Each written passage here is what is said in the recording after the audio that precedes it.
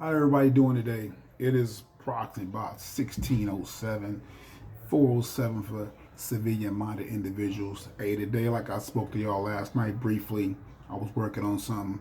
I finally came up with a name for the show that I like to proceed with. It's going to be called the Bradford Breakdown. I'll be breaking down everything from politics to sports to education. All right. And I love to get some feedback from you all to see if am I going in the right direction or can I add a little more. But today we're going to talk about the American budget. So we'll talk about the economy and the American budget, particularly protecting our veterans.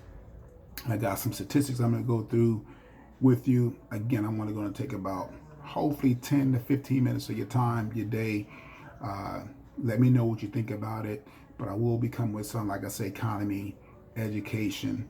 Also, to lighten things up, I like to talk about sports, particularly how contracts are done with the NFL, how that really works. I have taken that test before. All right. Again, I will start off with the American budget, fiscal year 2019. And their tagline is efficient, effective, and accountable. And you heard me correctly. Efficient, effective, and accountable. And again, like I say, I'm going to start off with the protecting our veterans paragraph here.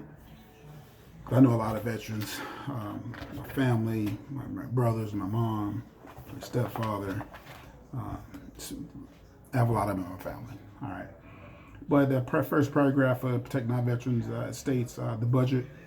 The budget fulfills our promise and obligation to care for our veterans and their families. Men and women who answered the nation's call for help and sacrificed so much to defend us.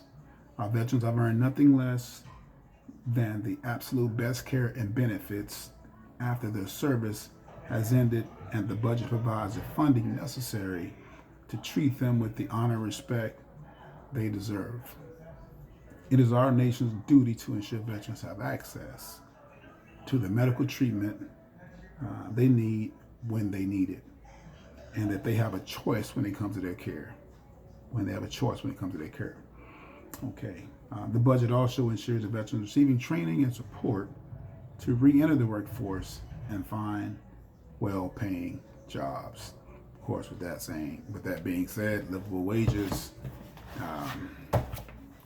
It is a challenge, but we do have to do a better job in that arena. But now I'm only going to read the highlights for the Department of Veteran Affairs. Again, my information is coming directly from the Homeland Security. A second here. My information is coming directly from the American budget, which is from the OMB, Office of Management and Bureau. Again, I am currently in the Department of Veteran Affairs section. Okay. I'm only going to hit one of the highlights here. I'll hit all three of them. I'll hit three of the highlights. I won't read the whole budget, but the highlights I will hit. The Department of Veteran Affairs provide veterans of armed forces and their survivors with a wide variety of benefits, including but not limited to health care, mental health services, homelessness programs, service-connected disability compensation, readjustment counseling, vocational rehab, rehabilitation, education, and homeland guarantees. Second bullet, the budget provides resources to implement a multifaceted strategy to modernize and transform the VA to meet a growing demand for access to health care,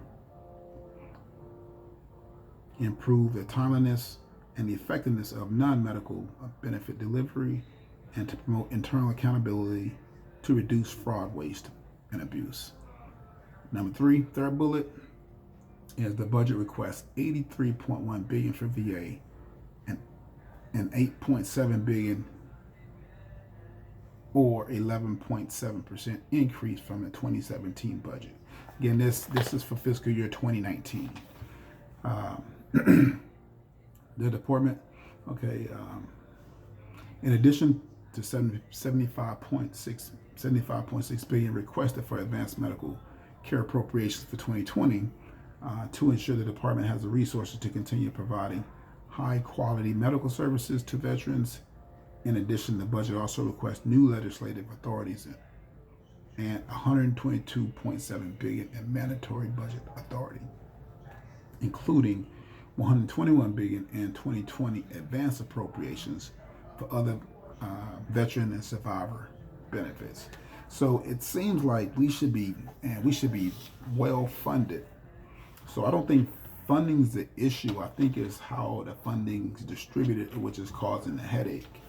And I particularly just gravitated toward a couple of benefits, and one of them was the homeless program they talked about. And I got some paperwork here from the National Coalition of Homeless Veterans. I'm only going to go over a couple of these items here, but roughly 45% of all homeless veterans are African American or Hispanic, despite only accounting for 10.4% and 3.4% of the U.S. veteran population, respectively. Another thing that caught my eye was approximately 12,700 veterans of Operation Enduring Freedom or Iraqi Freedom or Operation New Dawn, which I attended, were homeless in 2010. Like, wow. I was deployed in 2011.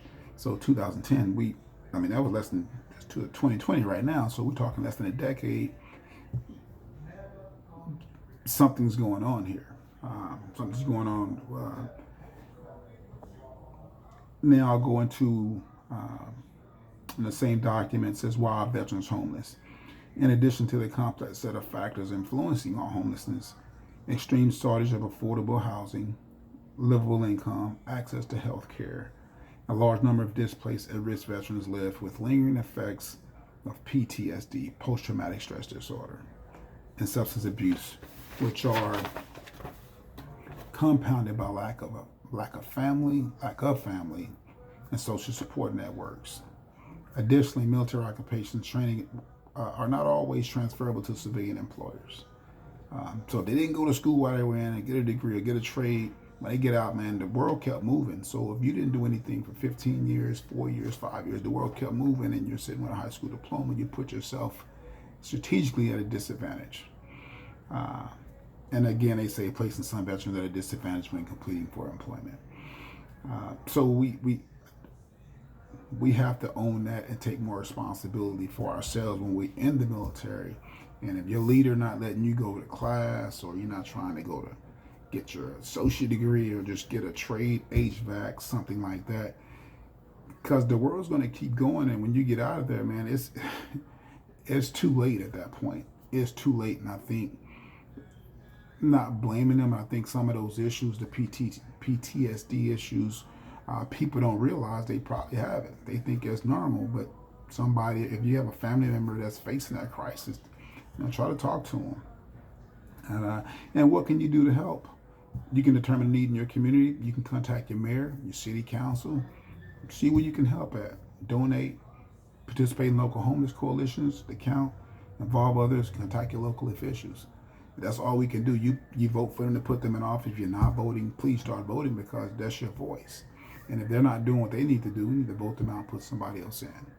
All right. Again, I have a number for you to call for veterans in crisis. That number is 1-877-424-3838. Again, 1-877-424-3838. It's 24/7 assistance for any veterans. Again, what I'm trying to do is educate and inform and create some type of dialogue, because I know a lot of veterans. I know a lot of family members that deal with stuff. I'm dealing with one gentleman right now. I can't believe how he's being treated. Got something from Vietnam. He's got some stuff going on, but we have to get people in office, man. We can't turn our back on the same people that raise their hand and say, I'm going to write a blank check. I'm willing to die for this country. Then we turn our back on them. That's not going to happen. All right. But anyway, hey, thank you for your time. Enjoy the rest of your Sunday.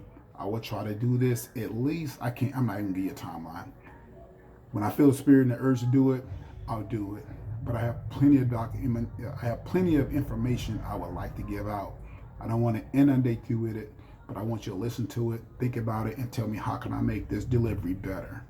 I don't mind criticism either, to be honest, but it's all about making something better. So I like to veer on that end of the spectrum, because when you constantly, I've never seen a statue of a critic, number one.